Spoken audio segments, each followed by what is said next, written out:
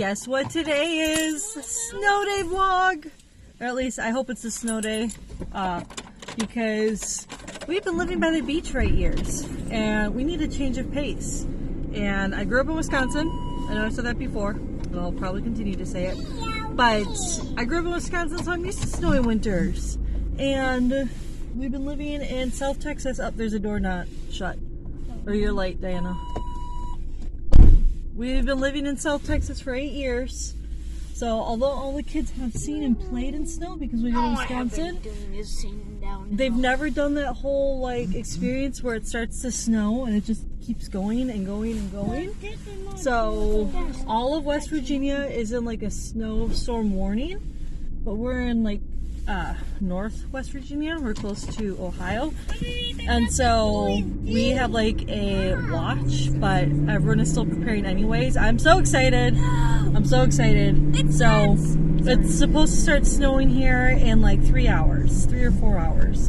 So we're gonna go out, do some shopping, and yeah, sit and wait for the snowfall. So I'm excited.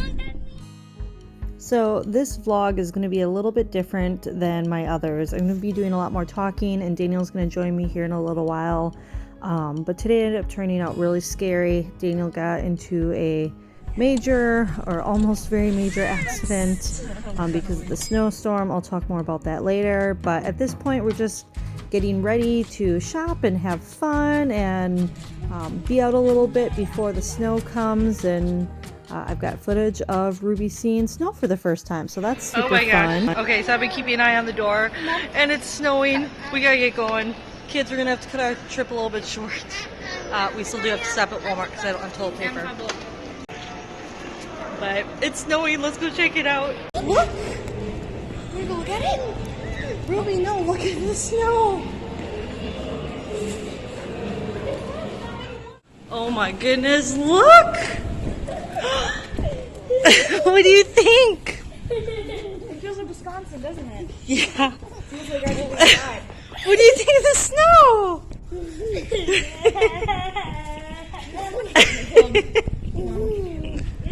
Kayla, put your shirt on.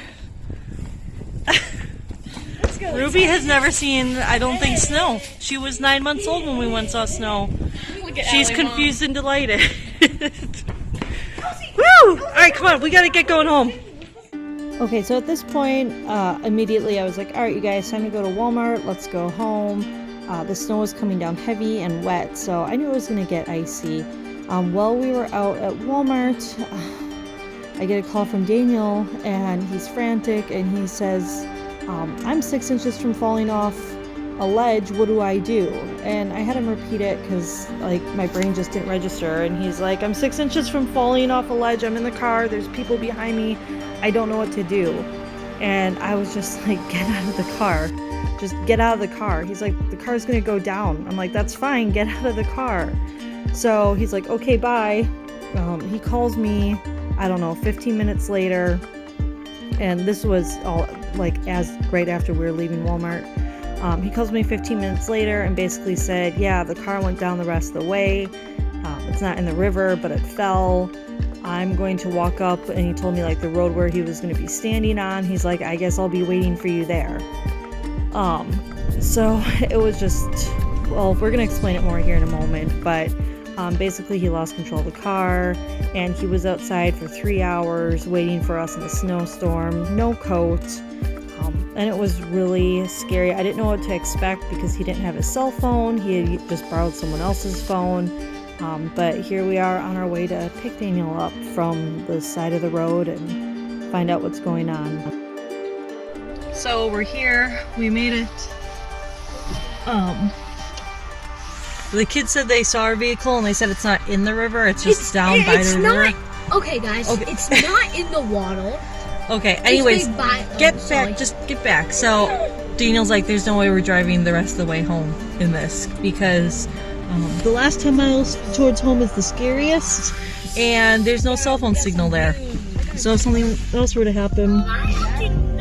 Anyways, police are here, the tow truck is pulling the car up.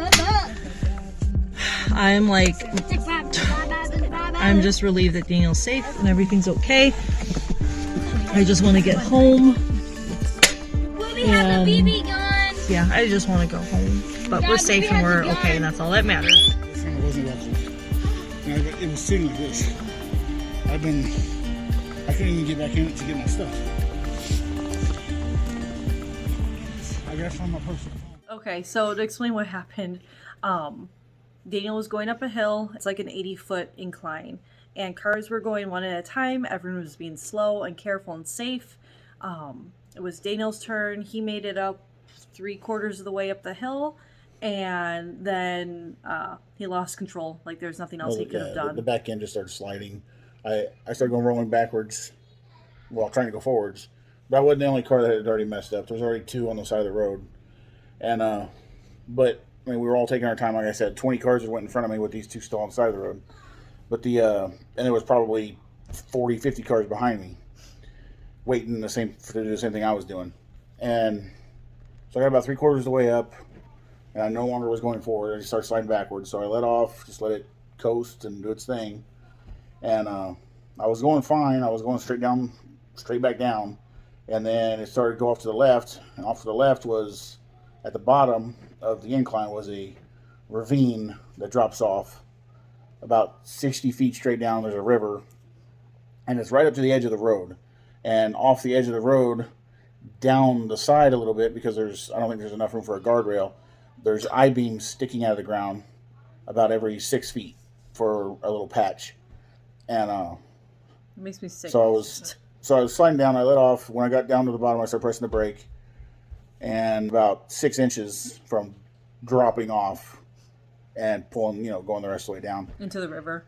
Well, I did hit the I-beams eventually. But so I'm sitting there, and I was kind of freaking out because I knew I was parked on ice, and I was trying to decide whether or not to get out of the vehicle or to stay in the vehicle. I called Meg, let her know what was going on, and then the whole time I'm holding the brake, and it had been a full 8 to 10 minutes, and I'm holding the brake because I know what happens when you left the brake and you're at a little bit of incline.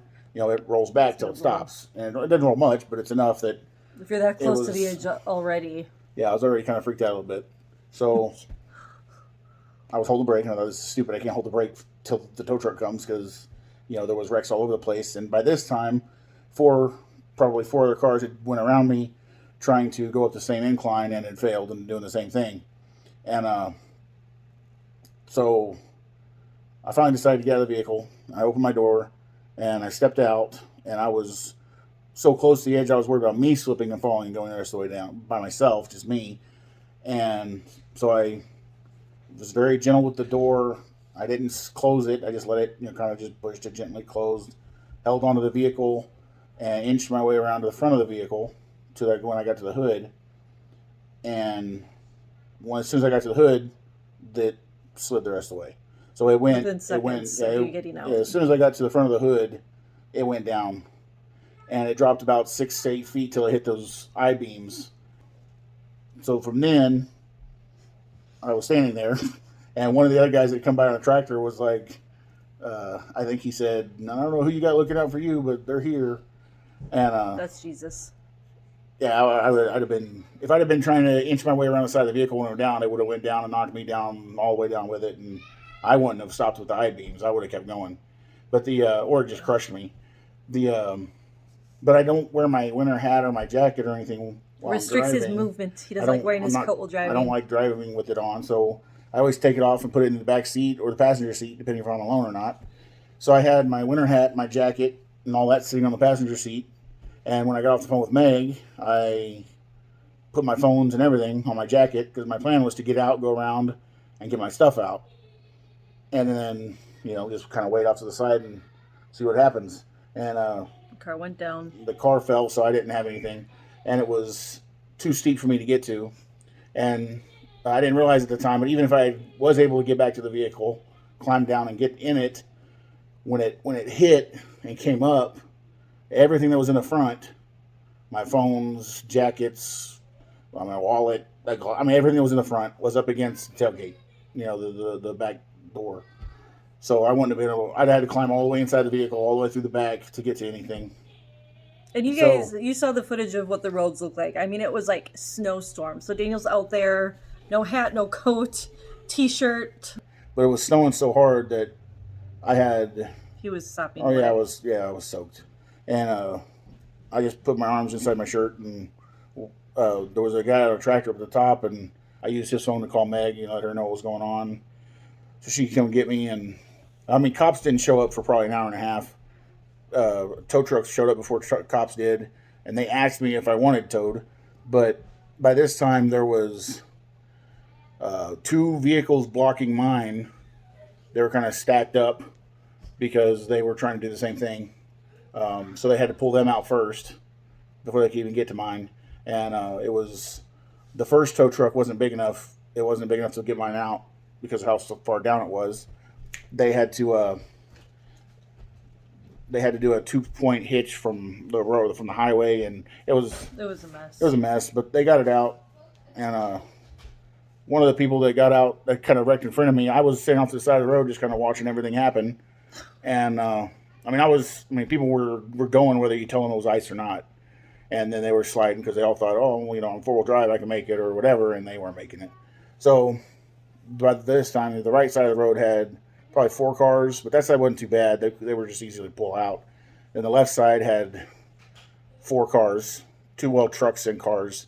And the one that happened right after me, they started coming up, and as soon as it stopped, I guess they'd already made a plan. Because they saw what happened to Daniel's car. They saw him, like, his car go down. Yeah, they were in line with me. So they watched what happened. And so I was standing at the top of the hill, and they made about 3/4 of the way up, same place I did, and their doors opened, and everybody jumped out the truck.